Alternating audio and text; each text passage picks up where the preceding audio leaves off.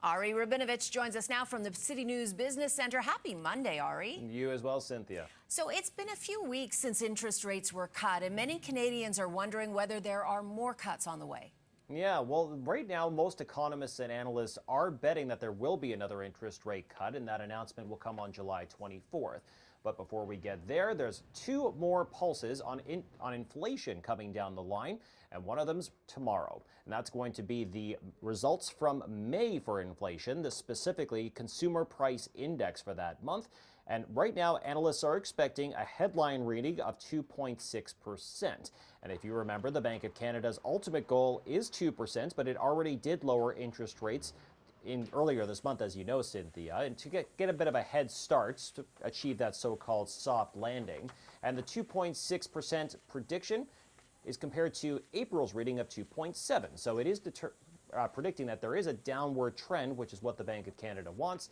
And then right before that interest rate announcement on July 24th, we're also going to get the June rating on inflation. So the Bank of Canada will have a lot to work with when it's time to make that decision. Definitely, and I know a lot of people are hoping for another cut. Now, Ari, more than 1,000 aerospace workers have walked off the job at one major Canadian company. Yeah, it looks like Bombardier is dealing with a lot of strike action once again. It's only been 3 years since this same labor union, run by Unifor, for the workers, about 1,300 or so that work for Bombardier's business jet unit, went on strike back in July of 2021. They ratified a 3-year deal then, and here we are again with still no deal on the table. They did not manage to come to an agreement by the Saturday deadline, so today they are off the job.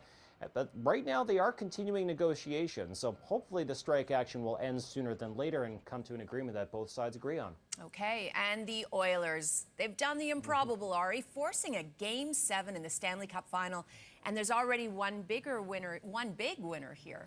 Absolutely, and it's safe to say the city of Edmonton, as well as the franchise, Cynthia, because Edmonton hasn't been this far in, well, I think since 2006 was the last time they got this far, but certainly a lot of people counted them out a long time ago, and that's actually led to a little bit of extra pushing for ad revenue, sponsorships, not to mention just ticket sales alone. We talked before about the Game 6 ticket prices being over $2,000 each for resale. Well, we're not just talking about ticket sales, we're talking about all things that surround this game, including advertising revenue and sponsorships and more.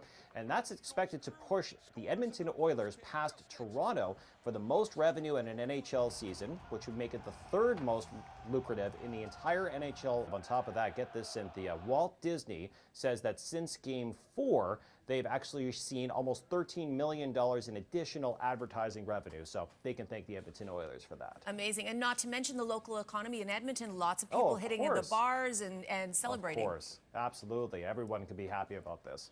I'll be watching. How about you? Me too. Can't wait. Okay. Ari, always great to see you. Thank you. You as well.